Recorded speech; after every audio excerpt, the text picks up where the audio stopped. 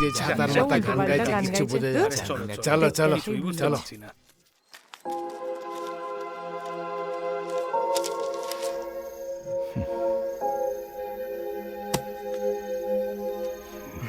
আমরা সবকিছু ট্রাই করেছি, কিন্তু আমরা যেটা করতে চাইছি সেটা হচ্ছেই না।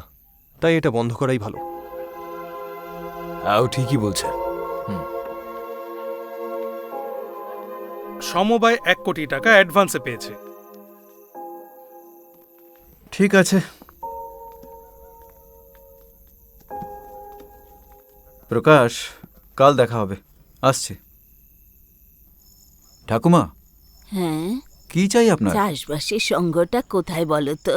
আরে এই তো সামনে। ওইখানে। তোমার নাম কি বাবা? আমার নাম রাহুল। ও, তুমি রমেনের ছেলে বুঝি? বাহ বাহ বাহ। আমাকে একটু অফিসে নিয়ে যাবে বাবা? প্রকাশ, আমরা যে প্যাম্পলেট ছাপিয়েছিলাম তার বিল দেখে নাও তো।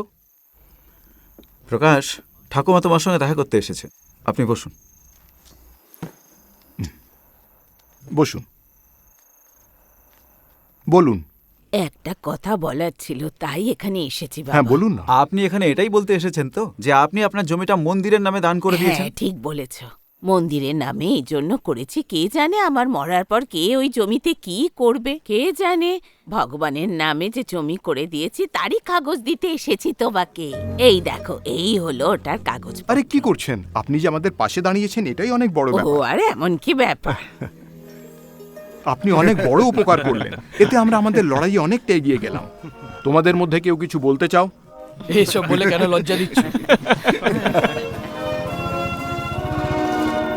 নমস্কার প্রকাশ বাবু। নমস্কার নমস্কার। বসুন বসুন, আপনারা বসুন। প্রধান বাবু, আপনি সেদিনকে যে প্রকল্পের কথা বললেন তাতে আমি আমার জমি দিতে রাজি আছি। আপনি বললেই আমি লিখে দেব। আপনি আমাদের পাশে দাঁড়াচ্ছেন, এটাই অনেক। শুনুন, আপনাদের একটা কথা বলছি। আমাদের এই লড়াইয়ে আপনারা প্রত্যেকেই সৈনিক। আসন্ন ভোটে জেতার জন্য আমরা কিন্তু এসব করছি না। এই কাগজে এই গ্রামের সব লোকেরা তাদের জমি জায়গা নিজেদের স্বেচ্ছায় আপনাদের সমিতিকে দিতে যে রাজি সেটা লিখে দিয়েছে। দাঁড়ান দাঁড়ান, তুমি বলো। যদি আলাদা আলাদা নামে কাগজ দেন তাহলে সবাইকে ভাগ দিতে আমাদের সুবিধা হবে।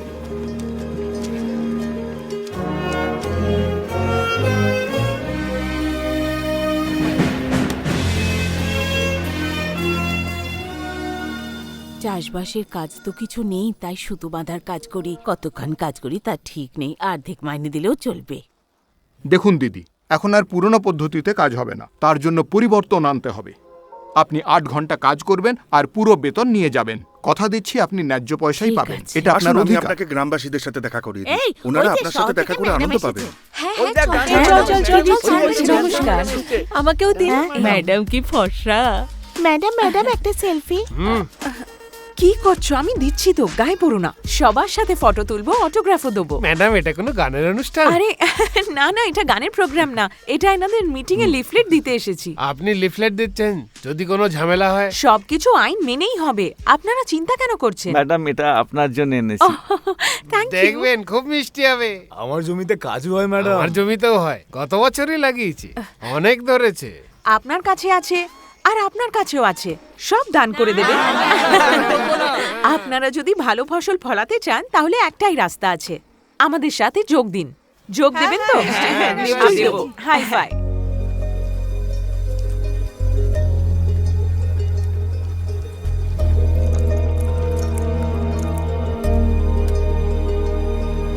আসি দাদা। এই না। আরে প্রকাশ, তুই আমাদের চা দিচ্ছিস? তুই তো আমাদের লিডার রে। আরে আমরা সবাই সমান তো। তাহলে থ্যাংক ইউ। এটা ব্যাংক লোনের ফাইল, তাড়াতাড়ি যেন ক্লিয়ার হয়। থ্যাঙ্কস প্রকাশ। নমস্কার ভাই। হ্যাঁ নমস্কার। আমার গ্রামের একজন আমায় বলল যে তুমি খুব ভালো কাজ করছো, তাই চলে হ্যাঁ, বলুন। এলাম। তিতুমির নামে যেই সংগঠন তুমি চালাচ্ছ সে আসলে কে ভাই? আমিও এটা অনেকদিন ধরে জিজ্ঞেস করব ভাবছিলাম। আগে বসুন। তিতুমির রায় চাঁদপুরের একজন নিচু জাতির দরিদ্র পরিবারের ছেলে ছিল, আর ওখানকার গরিব চাষিদের জন্য তাকে প্রচুর সংগ্রাম করতে হয়েছিল।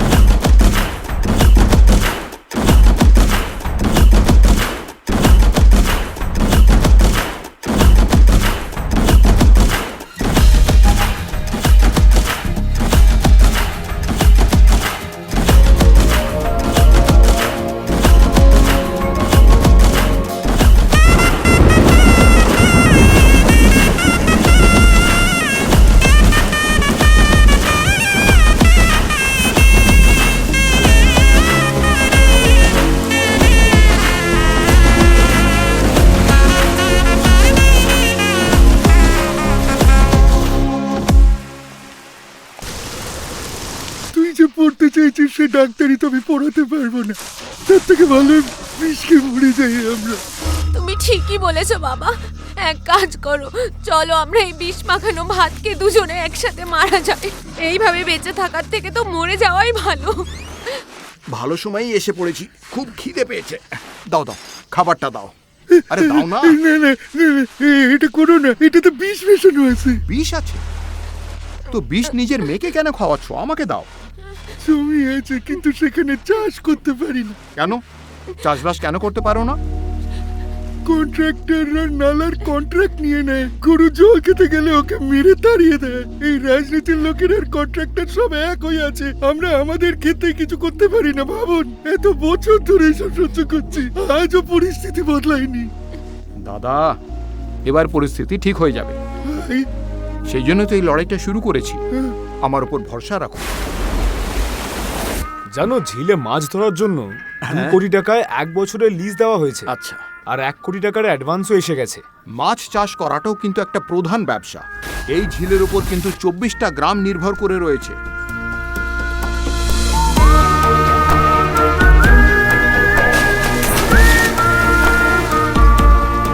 ঠাকুমা, প্রকৃতি তো আমাদের অনেক কিছুই দিয়েছে, তাই না? কিন্তু তুমি বারবার শুধু এদেরই কেন পুজো করো? এদেরই দয়াতে সব পাই। পুজো করাটা ওনার একটা আস্থা, আর আস্থার বদলে কি দিতে পারবো? রাজনীতি আলাদা আর আস্থা আলাদা। উনি যা করছেন করতে দাও।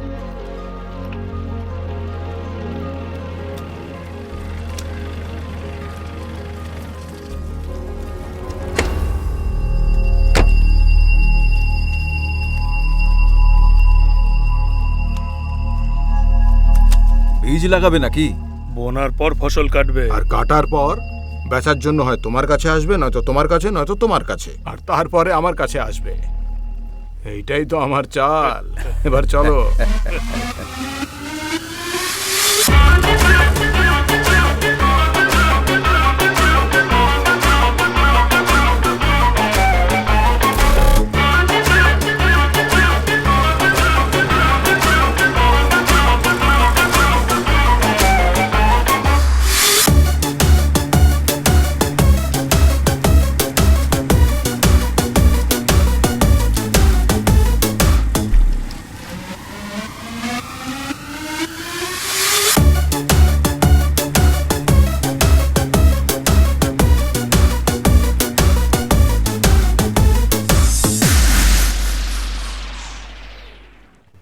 এখানে একটু দাঁড়াবে?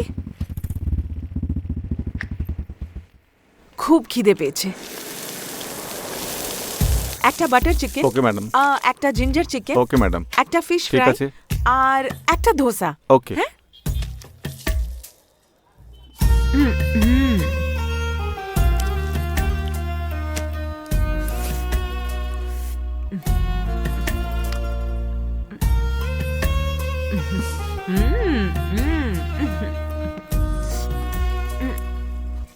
আরে কি হলো, তোমরা খাচ্ছ না কেন? খিদে নেই। আমাদের সংগঠনে খাবারের উপরে কত খরচা হবে সেটা বাধা ধরা আছে। 2টো ইডলি খাওয়ার জন্য কি পারমিশন নিতে হবে? ফিশ ফ্রাই তৈরি হচ্ছে, নিয়ে আসছি এখনই। কি ম্যাডাম, আপনি বেচারি মাছটাকেও খেয়ে নেবেন? সবার উপরে যদি দয়া করি তাহলে তো না খেয়ে থাকতে হবে। তুমি কখনো প্রেম করেছো? তেমন কিছু নয়। আপনি প্রেম করেছেন? হ্যাঁ করেছি, 2বার ব্রেকআপও হয়ে গেছে। এখন তো আমি এনার প্রেমে পড়ে গেছি। ইনি খুব সৎ আর সিম্পলও। আমার এরকমই মানুষ পছন্দ। আপনি রাজি আছেন? আমার প্রশ্নের উত্তর দিন না।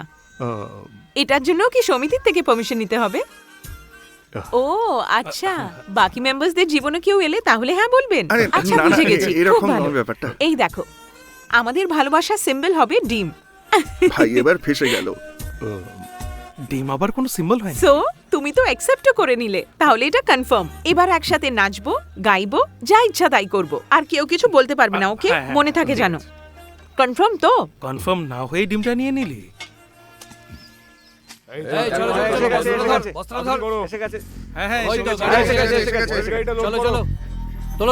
আরে সাবধানে, সাবধানে নামো, সাবধানে, দেখে শুনে। আরে নামো নামো নামো। আরে সাবধানে, সাবধানে নামো, নামো, দেখে দেখে সাবধানে।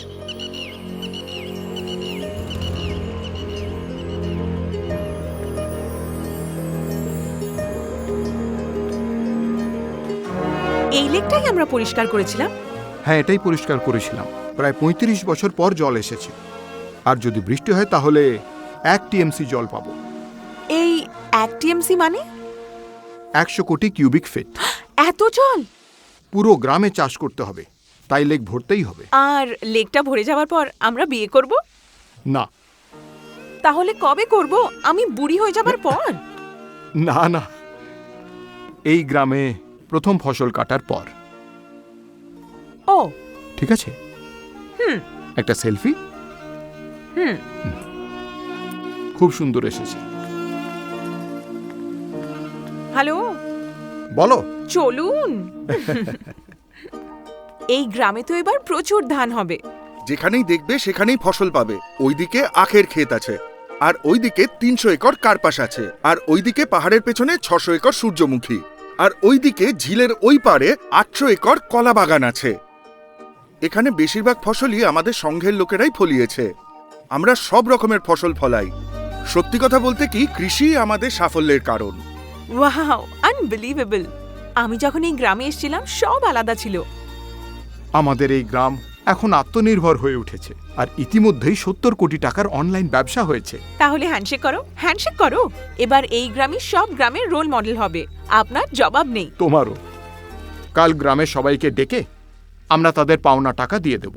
ওদের চেক দিয়ে দেব, ওনাদের পয়সার দরকার হলে ব্যাংকে গিয়ে নিয়ে নেবে। ওরকম করা যাবে না, হাতে ক্যাশ দিতে হবে, তবেই তো ওরা একসাথে চাষ করার আনন্দ পাবে।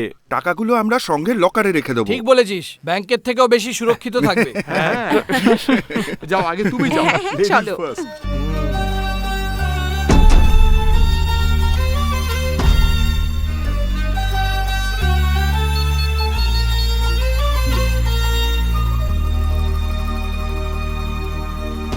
লকারে পাসওয়ার্ড থাকলেও দরজাটা লক করা দরকার।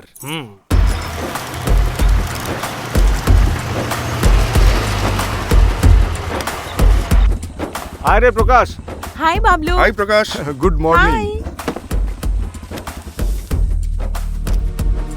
প্রকাশ, এটাকে একটু দেখ, সব ডিটেলস আছে এখানে। দামটা খুবই কম রেখেছে। আমরা কার্পাসের যে দামটা কোট করেছিলাম তার থেকেও কম দাম এখানে। সব কার্পাস কাল চাষিরা নিয়ে যাবে, তুই এটাকে দেখে ওকে করে দিস। বড়দা রঞ্জনের সঙ্গে কথা বলে কার্পাসের দামটা একটু বাড়াবো কি? বড়দা রঞ্জন প্রাক্তন নেতা, তাই কথা বলার দরকার নেই। আমরা বরং বেণুগোপালের সাথেই কথা বলবো।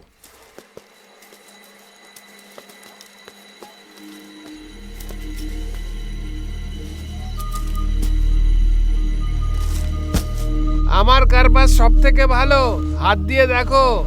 এই বাবলু, আর কতক্ষণ চাষ করার লাগবে? জন্য তো তোমরা সবার জমি চেয়েছো। পরে মিল মালিকরা একসাথে জোট হয়ে দাঁড়ালে শুধু 2-5 টাকা বাড়িয়ে আমাদের মন ভোলাবে না তো? কি খবর বাবলু? হাই প্রকাশ। নমস্কার। হাই। এই নাও। আর গোবিন্দ কি বলছে? ওই গোবিন্দ আমায় বোঝানোর চেষ্টা করছিল। আচ্ছা, দাম ফিক্স করার আপনিও জন্য। নিন। এই নিন। আমার মনে হচ্ছে এবারে আরে আমরা বেশ তাড়াতাড়ি ভালো দাম আসুন, পাবো। আপনাদের জন্যই তো এনেছি। গোবিন্দ এসো। হ্যাঁ দিদি। এটা হলো আমাদের দ্বারা উৎপন্ন কার্পাসের দাম।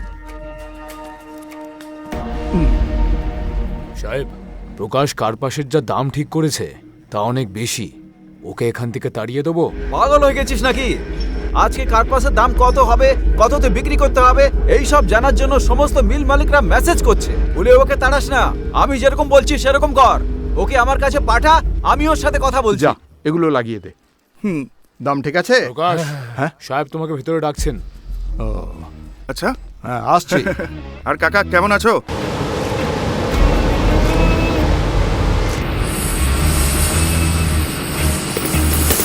মালিক কোথায়? ওইদিকে।